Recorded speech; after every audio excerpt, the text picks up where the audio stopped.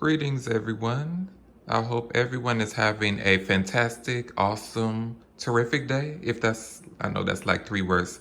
I'll just put in just one saying, but I'm glad to be back. I know it's been quite a while since I've last uploaded. It's been like roughly 2 months, and I know what you've been thinking. You're probably thinking like, where have you been? Like, what have you been doing all this time? And I can't explain. So, sometimes your busy schedule gets in the way, but I would like to be more consistent. So I am glad to be back today.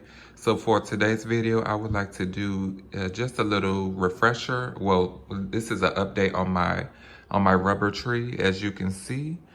And he has grown quite a bit since I last presented him to you. I'm sorry, in my plant tour from January. So that's like 6 months ago. So this is a much needed update.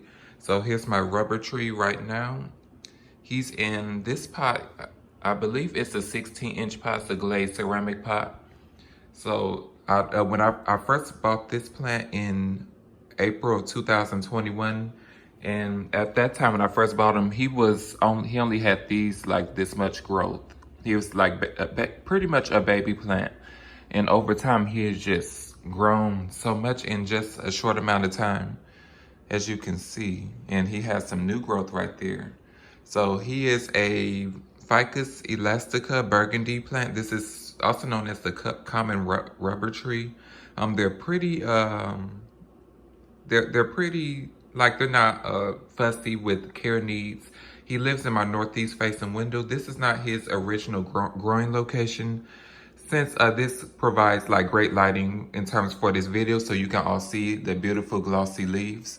I do put him in like the shower, I would say like 2 times or 3 times a year.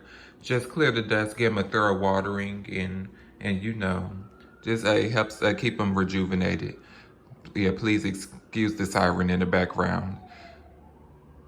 Yeah, but he's one of my most prized plants that I have in my collection. It's just beautiful. I love the leaves, and he's actually growing a new one right now.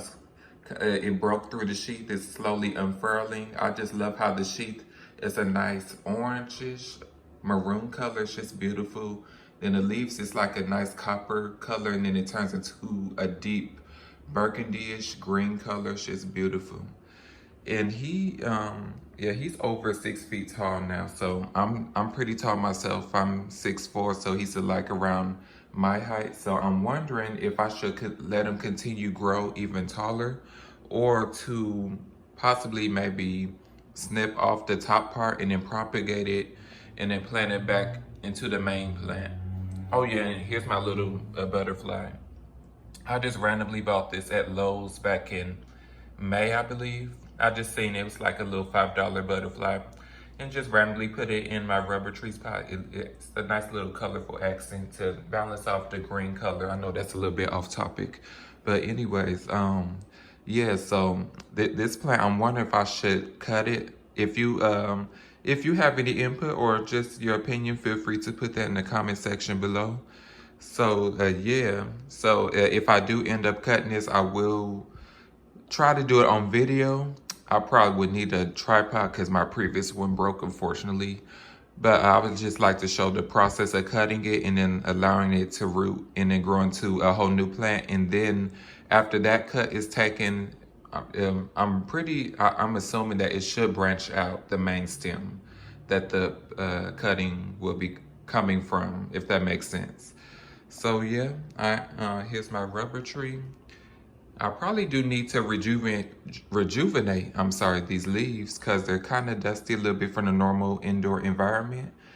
Yeah, so in terms of care for these, from my experience, in terms of light, they're pretty versatile in terms of light. If you live in the northern hemisphere, a north-facing window should be sufficient for like the non-variegated variety, like the Burgundy. The variegated varieties would require more light, so an east window would be sufficient, or a west-facing window, or like a south window with like sheer curtains, so it won't be too intense on the leaves, as you don't want any leaf burn from too much direct sun. Or for this Burgundy variety, an east window would be ideal as well too, as it provides a little bit of a morning sun, but it's not too intense like a west facing window. So, and then in terms of water, it likes to be watered from wet to dry. And then I fertilize once every growing season, and he seems to love it. So yeah, so he's not he's not fussy or very picky. So yeah, so I hope you all enjoyed this a small update of my rubber tree.